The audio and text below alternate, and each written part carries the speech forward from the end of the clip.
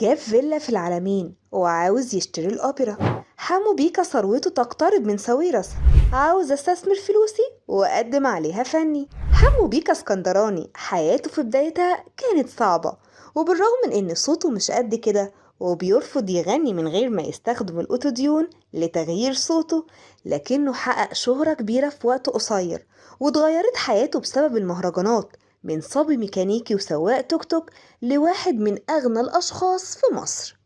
خرج حمو بيكا من كام يوم وقال إنه بقاله شهرين قاعد في فندق في الساحل ب2000 جنيه في اليوم، وإنه اشترى فيلا في العلمين، وإنه بينزل الخروجة وفي جيبه 15,000 جنيه. وده اللي استفز الناس وبقوا يسألوا عن حجم ثروته وممتلكاته. حمو بيحقق من اليوتيوب بس شهريا من 35,000 دولار ل45,000 دولار، اللي هو بالمصري من 1,000,000 جنيه ل2 مليون بحسب إحصائيات يوتيوب الأخيرة، واللي كشفت إن دخله السنوي يقارب من 1,000,000 دولار، يعني بالمصري 30 مليون جنيه. لكن مش ده بس دخل بيكا، هو بيعمل حفلات في مصر ودول عربية كتير، وفي مهرجان السعودية الأخير كان عقده ب300,000 دولار. حمو بيمتلك أسطول من السيارات الفارهة، واللي أبرزها سيارته المرسيدس كلا، واللي سعرها بيتخطى 1,000,000 جنيه، ده غير سيارته البورش اللي بيوصل سعرها في مصر ل4 مليون جنيه، ومعاه سيارة أودي سعرها 1,500,000.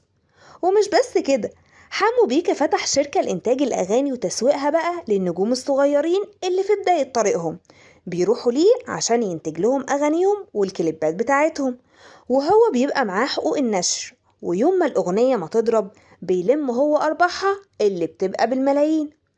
وما اكتفاش بكده برضه، بيكا دماغه استثماري وبقى يطلع يغني في الخليج، واللي فتح له السكة دي هو صديقه عمر كمال، اللي أخده ونقله حرفيا من الأوردرات في الأفراح.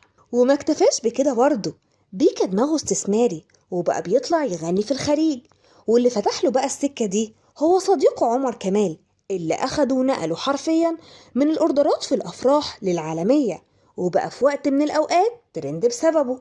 حمو بيكا بعد كل اللي عمله والأسطول اللي تعب فيه لسه عنده حاجة ناقصاه، وكل ما بيطلع بيتكلم عليها، وهي إنه ما اتعلمش، وبينصح الشباب إنهم يعملوا اللي هم عايزينه، لكن في الآخر لازم تشيل شهادة علشان منظرك الاجتماعي ما يبقاش قليل في نظر الناس.